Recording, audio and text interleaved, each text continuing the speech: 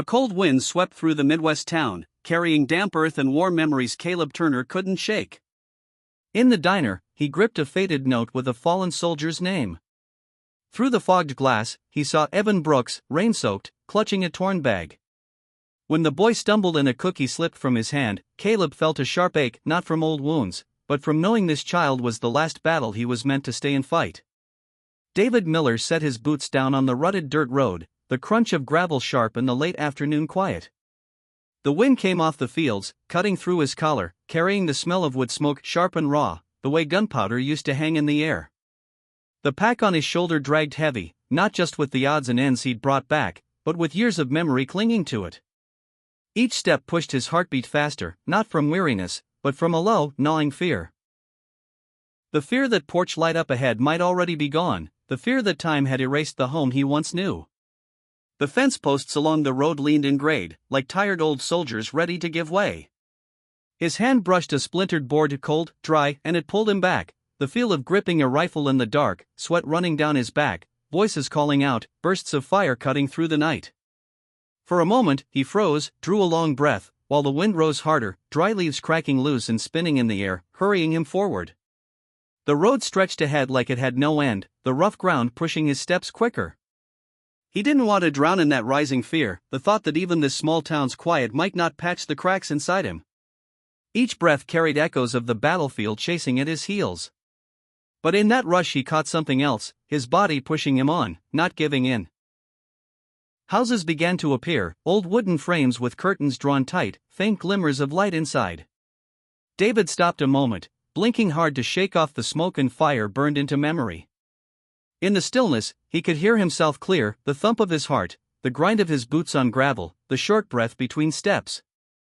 It wasn't just fear anymore. It felt like the start of something else, a reckoning. He tightened the straps on his pack, squared his shoulders, walked with more weight in his step. The fear hadn't vanished, it stayed, like a shadow along the broken fence. But this time, he walked through it, knowing the past could haunt him, but it couldn't stop him. Courage, he realized, doesn't roar. Sometimes it just glows faintly in a man who's lost everything, and still chooses to come back. At the end of the road, the old porch showed itself, silent, dark. No light waiting. But so long as there was a door to knock on, he'd knock. Whether it opened to shadow or to light didn't matter. Because what he carried now wasn't a medal or a story. It was the hard-earned strength of a man who finally decided not to turn away from his past.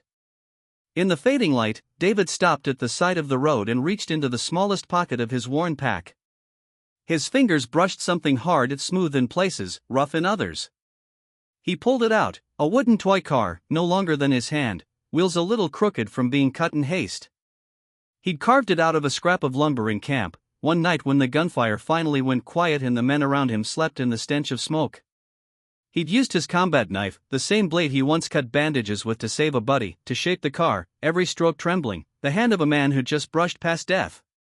He held it in his palm, thumb tracing the uneven lines. For a moment, the wind seemed to hush, and all he could hear was his heartbeat. That little car wasn't just wood. It was a lifeline he clung to, a way of keeping Noah alive in his mind. Nights under makeshift roofs, he'd picture his boy's bright eyes, laughing as the toy rolled across a wooden floor. In a place where men talked only about survival, that image was the one thing that kept him from going hollow.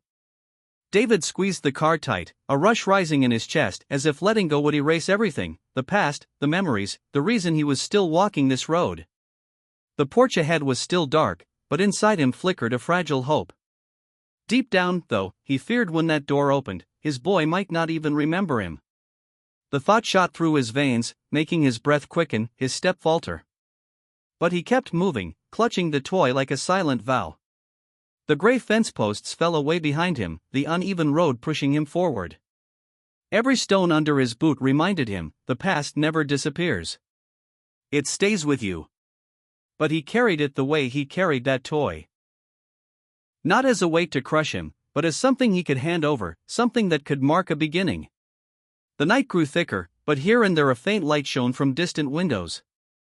David lifted the toy, holding it up under the thin slice of moonlight breaking through the clouds. The rough cuts caught the glow, the way scars catch light, not pretty, but proof of the truth. He drew a deep breath and slipped the car back into his bag, this time not buried deep, but placed right on top, ready to be given. That small act straightened his back, steadied his step. He wasn't guarding it anymore as a fragile memory he couldn't lose, but carrying it as something with a place to belong. The fear was still there, moving in the shadows, but with it came a steadier pulse, a kind of quiet strength. The road ahead led straight to the old porch. In that unlit silence, David knew, as long as he held that gift, he'd find the courage to knock, no matter what waited inside. The small town showed up after the bend, like it had been waiting there all these years, only it didn't recognize him anymore. David slowed down, his shoulders heavy, his eyes sweeping across the quiet wooden houses, the storefronts hunched under the wash of sunset. The road he knew so well now carried a new coat of red dust, stretching his shadow long, like the past still pulling at him. The bus stop came first. The sign was rusted through, the wooden bench warped from rain. An old woman sat there, clutching a cloth bag, eyes half shut like she was replaying some story from long ago. The bus had just left, leaving a silence that felt like the town itself sighing. David paused, thought about saying hello, but moved on. There was no spark of recognition in her eyes. To her, he was just another stranger walking by. A few houses down, a diner had a yellow lamp hanging by the door. Light spilled a soft circle onto the sidewalk. Inside, he could hear knives hitting pans, chairs scraping against the floor. The smell of meat on the grill, onions frying, butter melting, it hit him hard, the way he used to dream of meals like that in the smoke and fire. But no one inside looked out. They kept eating, talking, living another ordinary night. The return of a soldier didn't make a ripple. He kept going, past porches shifting in the wind. A thin curtain floated out of a window and dropped, like the quick wave of a small hand, gone before he could believe it was real. David gripped the strap of his pack and picked up the pace. Inside his chest, the old fear stirred, the fear that time had swallowed every trace of him, leaving him just another lost man passing through his own town. The sunset bled out gold to orange, then to a faded red, like stains on a wall of memory. It pulled his shadow long and narrow across the street, but steadier with every step. He listened to his breath mix with the wind. Fast, pressing, but unbroken. Each step on that little street was a step into truth, the truth of indifference, of memory, of the fear of being forgotten. A boy rode past on a bicycle, the wheels letting out a thin squeal. He didn't look at David, just kept pedaling, his laughter trailing behind him in the wind. For a second, David saw Noah in that laugh, and his chest clenched tight. He pulled his hand from his pocket and touched the spot where the wooden toy car was tucked away. That small gesture steadied him, kept him moving. The town didn't welcome him, and it didn't turn him away. It just stayed silent, letting him walk through. And in that silence, David realized he didn't need recognition. What mattered was keeping his direction, holding on to the gift, and moving toward the house that once was his. That was enough. David froze when the old house came into view. The porch was still there, the boards warped from rain and sun, paint peeling off in patchy strips. He could almost picture a yellow light glowing from the window, the quick steps of a child running inside. But before memory could soften him, another sound broke through, the clear, sharp laugh of a boy. It cut through the years like a pin through dust. He knew it instantly. Noah! The kid sat on the porch steps, legs swinging, dark hair a mess but catching the last of the daylight. That laugh, David had carried it in his head for years, through mud and gunfire, through nights he thought he wouldn't see morning. It was the rhythm that pulled him back up. But right now, hearing it here, it felt like a blade. Because that laugh wasn't for him. A man sat beside Noah. Broad shoulders under a stretched shirt, his hand resting easy but firm on the boy's shoulder. He leaned in, smiling, the kind of smile that said he'd been there a while, like the role belonged to him. David didn't need an introduction. He understood right away, the space he'd left had been filled. His breathing turned heavy, each step weighing down like iron. The old fear rushed back, fear that the past hadn't just scarred him, it had erased him. The pack slipped on his shoulder, he tightened his grip, while his other hand found the wooden toy in his pocket. The rough edge pressed against his skin, reminding him he'd brought something back for his son.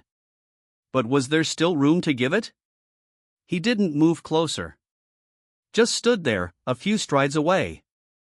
The wind pushed through, rattling the porch, carrying Noah's laughter further out, twisting it in David's chest. His heart wanted to rush forward, yet wanted to stop altogether. All those years of war had never shaken him like this, watching his boy at ease under another man's hand. He lowered his head, letting the shadows hide his face. In the silence, past and present ran together: gunfire, smoke, the cold nights in bunkers, laid against this quiet scene he wasn't sure belonged to him anymore. But through the swirl, his grip on the toy car tightened. The truth hit him: nobody could erase what had once been between father and son. The man on the porch could sit there, could make Noah laugh, but this rough-cut car carried nights of carving, love that never stopped. He hadn't lost everything unless he chose to walk away. David lifted his head, eyes locked on the porch. His shadow stretched all the way to the steps. The fear was still there, but in it was a flicker of resolve. He knew now, he wasn't turning back. David stood there in the quiet yard, feeling like a stranger dropped into a place that should have been his. His eyes locked on Noah. The boy had just looked up and caught sight of him. For a split second, there was a flicker of light in those eyes. But instead of running forward, instead of calling out "Dad" the way David had replayed in his head 1,000 nights, Noah lowered his head. That was all. Just a small motion, but it felt like an ocean falling between them. The laughter from moments ago was gone. The air pressed down heavy, so still even the wind seemed to quit. The man beside Noah kept his hand on the boy's shoulder, as if nothing had changed, as if he hadn't noticed David standing there. But David didn't care about him. All he saw was his son's head bowed, whether to hide, or to steady himself, he couldn't tell. His chest clenched with a pain sharper than any wound from the war. In the trenches, he'd watched the light fade from his buddy's eyes, he'd seen the sky collapse in a single blast. But nothing compared to the look of his own boy not knowing where to place him.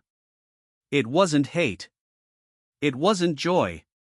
Just a pause, like the boy had no idea where his father belonged in his small world anymore. David lifted a foot, then froze again. A few steps should have closed the gap, but it might as well have been a canyon. His hand went to the wooden toy in his pocket, gripping it until his fingers went numb. Every night of waiting, every fragile hope, sat in that little car. He wanted to bring it out, to walk forward, but Noah's head had already dropped too quickly. The door behind them eased shut. Just a narrow crack left, but it might as well have been a wall. For a second, light spilled out across the porch, then faded, leaving David outside in the dark. The silence pressed heavier than the distant thunder rolling at the horizon. It made his lungs feel locked, his breath coming hard but not finding its way out. He looked once more at his son, the small head still bent, the shoulders trembling, from the wind or from feeling, he couldn't tell.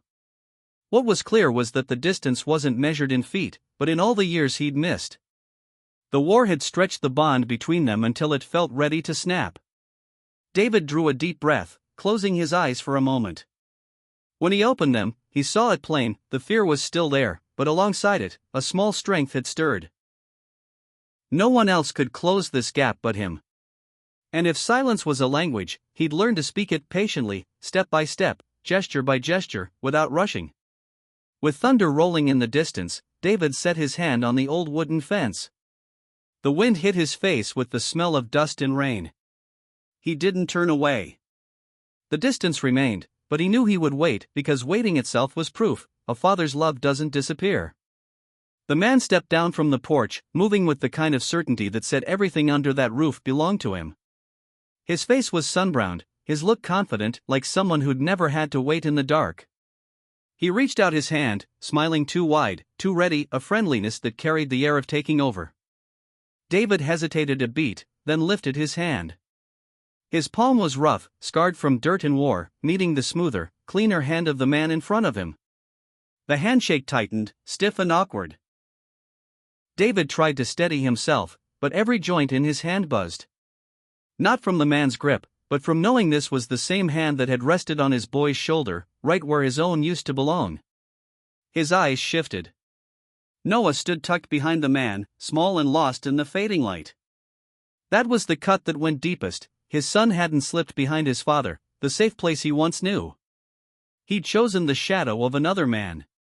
The picture was quiet but brutal, like a bullet tearing through air, locking David's chest in pain. The stranger's mouth moved, some polite words, the same steady smile. David nodded, but barely heard. His ears filled with a ringing truth: the war had taken so much that even the place of a father could be replaced. The wind came through, lifting the man's shirt tail, shaking the porch boards. In that sound, David felt his hand turn cold. He pulled away first, ending the handshake quick. Still, the touch clung, a sticky film of distance, the sting of being the outsider on his own porch. He dropped his eyes, his hand shaking before he grabbed the strap of his pack for balance. His fingers found the wooden toy, and the small weight steadied him, just enough. But when he looked back up, Noah's gaze was still hidden, his body pressed behind the man, not daring to step forward. The whole world shrank to that moment, cut by a single invisible line on one side, the past, on the other, a present David hadn't yet found his way into. He swallowed hard, his breath coming sharp, like running through a trench again. Years of soldiering had kept him from falling, even when the world collapsed around him. And now, standing at this door, he knew strength didn't come from firing shots or charging forward, it came from bearing this kind of pain without turning away.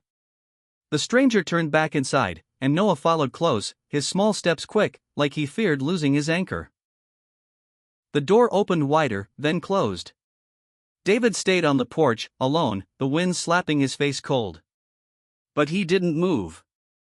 Because he knew, if he walked away now, he'd lose more than just a house. The cheap room sat at the end of the block, walls washed with lime that had faded gray, cracks spreading like veins under old paint.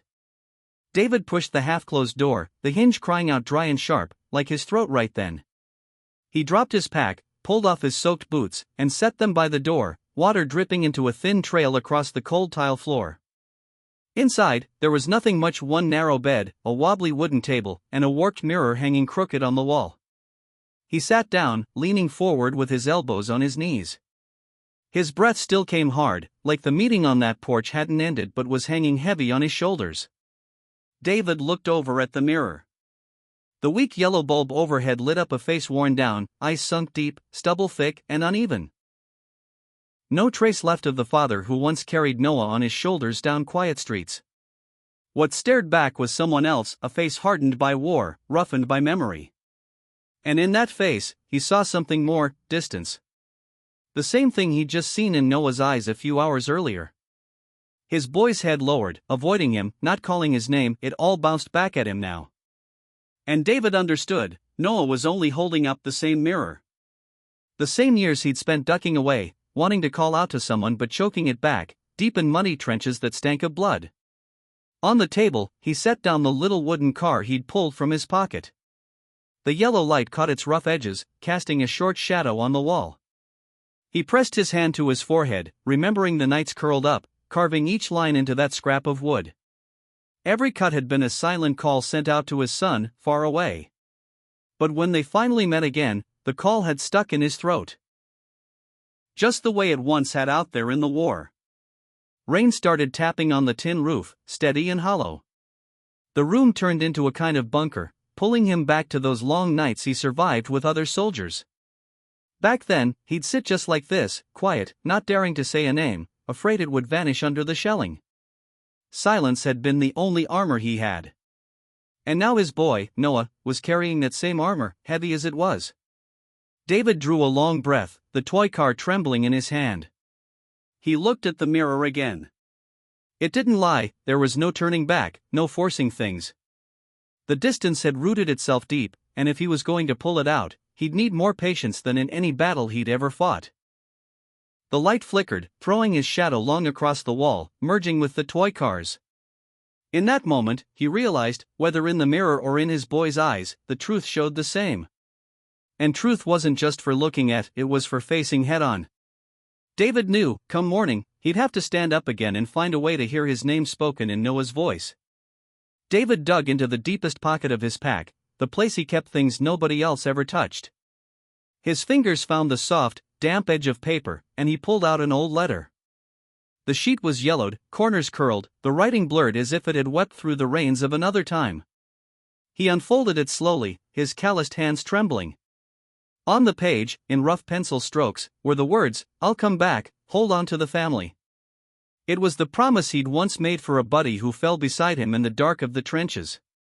That soldier never made it home, never got the chance to keep his word. David had carried it for him, promised again on his behalf. And now, reading it, each word dropped into his chest like a stone. He closed his eyes, drew in a long breath, but what came out was a heavy sigh. That promise now felt like it was breaking apart in his hands. The family he'd meant to hold on to, the old porch, his boys' laughter, seemed to belong to a different orbit now, another man's arms. The fear inside him rose again, stronger than the rain hammering down on the tin roof. The letter shook under his fingers, dampened further by a drop that blurred the page. He couldn't tell if it was rain slipping through the window crack or his own tears.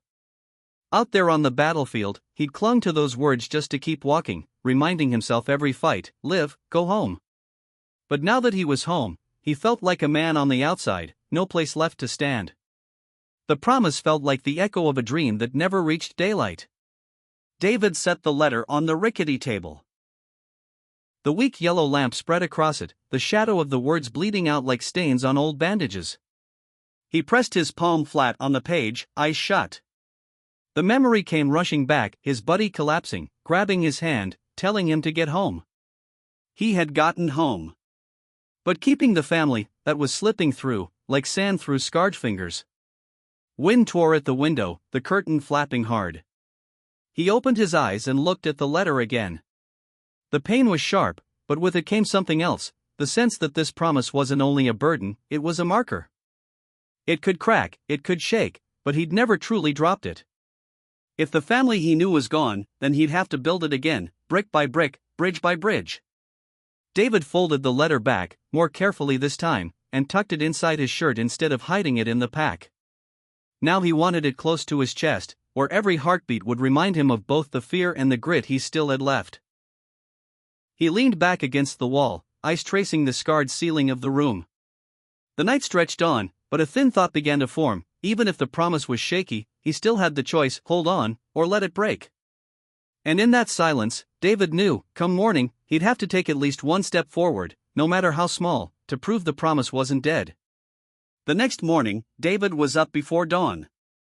In the silence of the small room, he lit the little stove in the corner, boiling up the leftover rice from the day before, adding a few pieces of dried greens. A thin smoke rose, mixed with the sharp bite of scrap wood burning, curling up against the patched tin roof. His rough hands opened the lid of an old tin box, every move slow, almost like a ritual. He didn't season it much, just laid in a strip of salted meat, wrapped it all in a cloth, and slid it into his pack. Before the sun climbed high, David left the rooming house and headed back down the familiar road toward the old porch. The town was quiet, only the faint rattle of bicycle wheels from a couple of kids in the distance, their laughter scattering into the still air. His pace was quick at first, but as he neared the house, it slowed, heavier with each step. His heart pounded the same way it had yesterday, the moment he saw his boy laughing beside another man. David stopped at the walkway, took a deep breath, and set the meal down on the doorstep. His hands shook as he let go, like he was giving away the last piece of memory he had left. He didn't call Noah's name, didn't knock. He just stepped back a few paces and sat down across the street, under the opposite porch. The wet boards were cold beneath him, but he didn't care. His eyes stayed on the door, waiting. The steam from the rice rose soft and thin, twisting into the morning air. In the chill, it looked like a fragile thread, trying to hold on to warmth before it disappeared. David watched it and remembered the hurried meals in the trenches, cold rice, thin soup, sometimes just a hard crust of bread split in two. Back then he had promised himself, if he ever made it home, he'd give Noah a proper meal, sitting together under a roof. And here he was now, leaving a box of rice at the door, while he sat outside in the street. The door stayed closed. No sound, no shadow. David dropped his head slightly, listening to the wind cut through, carrying a far-off rooster's crow. Each second stretched like a knight on guard duty. The fear swelled again, that Noah might never touch that meal, that his son would see him only as some unwanted stranger standing outside his life. But he stayed put. His back leaned against the cold fence, his hands clasped tight, his eyes steady. He'd lived through long nights in bunkers, learned how to wait for dawn while bombs fell. Now he told himself, if he could wait for the light after war, he could wait for one glance from his boy. The steam finally died, leaving only the faint scent of rice in the air. David didn't move. In the stillness, he understood, sometimes love isn't in shouting out, it's in sitting still, and letting patience speak for you. The old wooden door creaked open, a strip of light spilling down onto the porch. David stiffened, his heart pounding so hard he was afraid the sound alone might give him away from across the street. Then Noah appeared. The boy wore a faded sweater, sleeves hanging long over his hands. His eyes drifted across the empty yard before settling on the meal left at the door. Noah sat down and slowly lifted the lid. The last bit of warmth rose up, thin as morning mist. He took a small spoon and ate carefully, each bite measured, like if he rushed it the warmth would vanish. From under the opposite porch, David watched, his hands clamped tight on his knees, fingers trembling.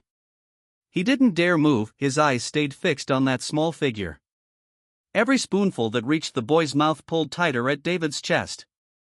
Out in the war, he'd pictured moments like this, sitting at a table with his son, hearing about school, hearing the boys laugh. Reality was different. He sat across the road, silent, while his son ate alone on the porch. The distance felt so deep it seemed impossible to cross. Then, for a brief moment, Noah lifted his head. His gaze went toward the other side, toward where David sat. Their eyes met. At first Noah's look was unsure, like he wasn't certain the man across the way was really there. But this time, he didn't drop his head right away. He didn't turn fully aside. In his eyes was hesitation, like a door cracked open, stuck halfway. David's breath caught in his throat. His son's eyes mirrored everything. Confusion, unease, but also the faint beginning of recognition. The sense that the man sitting quietly across the street wasn't a stranger. In that instant, David wanted to stand, to cross the road. But his feet stayed pressed to the cold boards. He knew any sudden move might close that fragile door. So he stayed still, his gaze steady. In his palm he could still feel the shape of the wooden toy he carried as proof. But he knew handing it over would take more than a glance. It would take patience. It would take time. Noah bent back down, eating again, but every so often his eyes flicked across the street. David saw the difference. It wasn't outright avoidance anymore, it was softer. A testing glance, curiosity held back. That alone was enough to ease the weight in his chest, enough to push the fear back just a little. The steam from the food was gone now, the cold seeping into the morning air. But in that brief meeting of eyes, David felt the first bit of warmth since he'd come home. Small, fragile, but real. The night rain came down on the town like a heavy curtain, hammering the old wooden porches in a steady drum.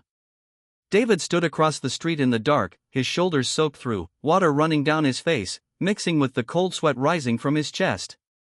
The rain drowned out nearly everything, but not the sound spilling from the house across the way.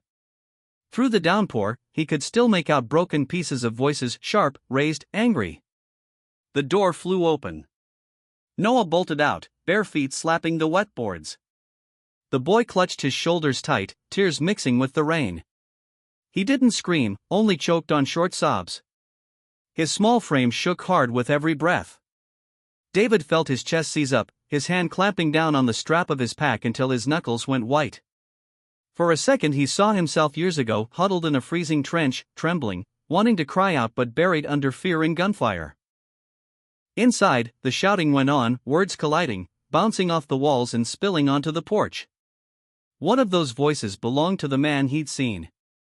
It carried the weight he knew too well, the tone of control, of ownership. Every beat of it made the rain feel heavier.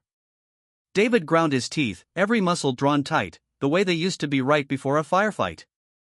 He wanted to rush over, scoop Noah into his arms, tell him he wasn't alone. But his feet felt nailed to the wet street. His heart thudded fast and hard, like a drum calling battle.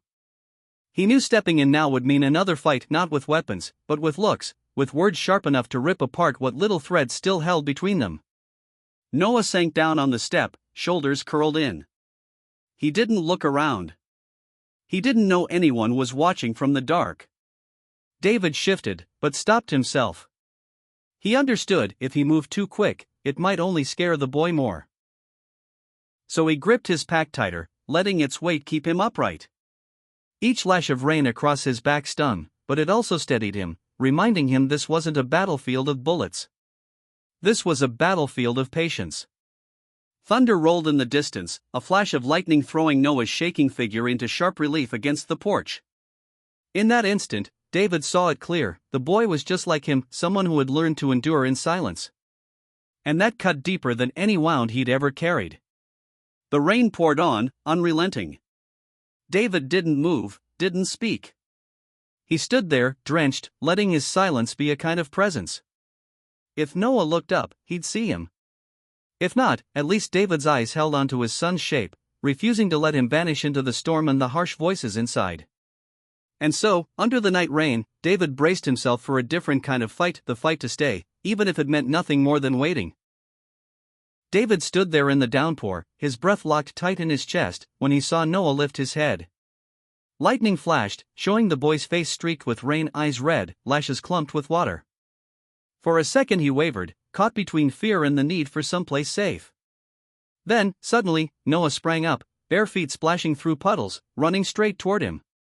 David's arms opened on instinct. When the small body hit his chest, it knocked the wind out of him, but he pulled tight and held on. Noah buried his face against the soaked fabric of his shirt, cold skin pressed against him.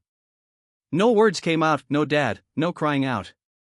Just the quiet hitch of sobs swallowed into David's chest, mixing with the hammer of rain on the tin roof. The boy's trembling warmth seeped into him, filling spaces that had been empty too long. David shut his eyes, clutching tighter, as if letting go might make Noah vanish. He didn't speak. He didn't need to. Out there on the battlefield, he'd learned this much: some moments don't need words. Silence can be stronger. And now, silence was the embrace itself. Rain sheeted down the street, pounding his shoulders, his back, streaming off him in rivulets. But David no longer felt cold. Instead, his chest burned, not from his own body heat, but from the fragile breath pressed against him, uneven and broken, like a young heartbeat finding safety again. Inside, the voices still fought, muffled through the walls. David heard them, but they didn't matter. He lowered his chin to his son's hair, breathing in the sharp scent of rain tangled in it. A memory surfaced, Noah as a little boy, running to him in a summer storm, both of them laughing, not caring about the cold. The picture came back now, but instead of laughter, there was only strained breathing. David loosened one hand to draw his pack closer, then tightened the other arm around Noah. He wanted the boy to feel it. No matter how loud the world shouted, there was still a place to rest, a grip that wouldn't let go. Noah said nothing, but his silence was its own answer. He had chosen to come here. Time seemed to stop. Only the pounding rain, their rough breaths, and the two heartbeats finding the same rhythm. David knew this moment wouldn't fix everything, wouldn't erase the distance. But it was like a lamplit in a dark room, proof that hope was still alive. When Noah stirred, David only pulled him closer, not ready to let go. He spoke without words, through warmth alone. "I'm here. Still here." Noah would feel it. And under that storm, no explanations, no promises were needed. One silent embrace was enough to hold them together, at least for now. The next morning came slow, daylight spreading thin across the town through a light veil of fog. David had been up long before, sitting on the wooden bench under the porch of the rooming house, his eyes fixed on the familiar road that led back to the old home.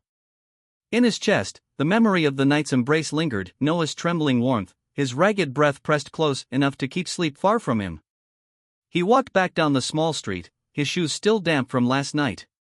At the porch, there were no shouts now, only quiet, and the smell of wet earth hanging in the air. David stopped a distance away, his eyes drawn to the doorstep. There, on the worn wood, lay a single red leaf, freshly fallen from the maple tree out front. It wasn't just chance. Beside it, faint in the morning dew, was the smudge of a small handprint. David froze. In that moment, his heart felt heavy and light all at once. Heavy, knowing his son's silence carried more than words ever could. Light, because he saw, Noah had chosen his own way to speak. That red leaf, simple, fragile, was a message without writing, stay. He moved closer to the porch, his eyes fixed on the leaf. Memories rushed back how Noah, when he was younger, used to collect red leaves in a wooden box, saying they were leaves for when Dad comes home. Each leaf was a countdown, a quiet hope he'd walk through the door. Time had passed, and that habit must have slipped away. But now, seeing that leaf lying there, David knew the thread between them had never really broken. He didn't pick it up. He just stood and looked. The morning light hit it, deepening the red, like a small flame burning steady against the cold. Every sound around him, the birds, a far-off car, faded. Only that silent sign remained. And in it, David felt he'd been given a mission, not the kind from war, but one here, to stay, to wait, to bridge the years of distance. His breathing slowed, no longer the ragged pace of the days before. The fear inside him was still there, but it had shifted, now it was a weight he could carry forward. He turned, walked to the wooden bench under the tree across the street, and sat down, his eyes still on the porch. He didn't call out, didn't knock. His presence was the answer, quiet, steady, set beside that small sign. The red leaf stayed put, untouched by the breeze. It was as if the whole town respected it, holding it there like something sacred. David watched and felt, in that moment, his son had given him a chance, not certain, not whole, but enough to begin. And he promised himself he wouldn't let it slip away this time. In the morning sun, David pressed a hand against his chest, where the old letter still rested. Outside, the red leaf. Inside, the promise. Between those two fragile things, he found the strength to go on, not with words, but with staying. The first light of day was still dull when the small porch lamp clicked on, casting a yellow glow across the rain-damp ground.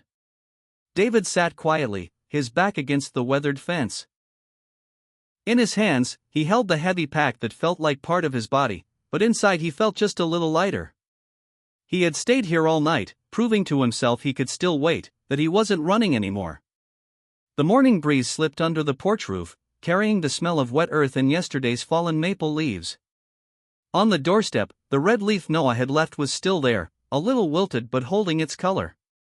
David watched it the way a man watches the quiet pulse of hope. No one opened the door, no quick steps of a child running down. Just the leaf, the lamp, and his presence, three small things tied together like a thread. He thought about the years gone by, the battles won and lost that didn't matter anymore, the medals tucked away in a drawer. The real victory, he realized, wasn't surviving the missions.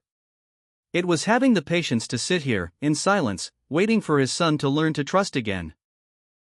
And patience was the hardest fight of all, because the enemy wasn't out there, it was the distance inside the boy he loved.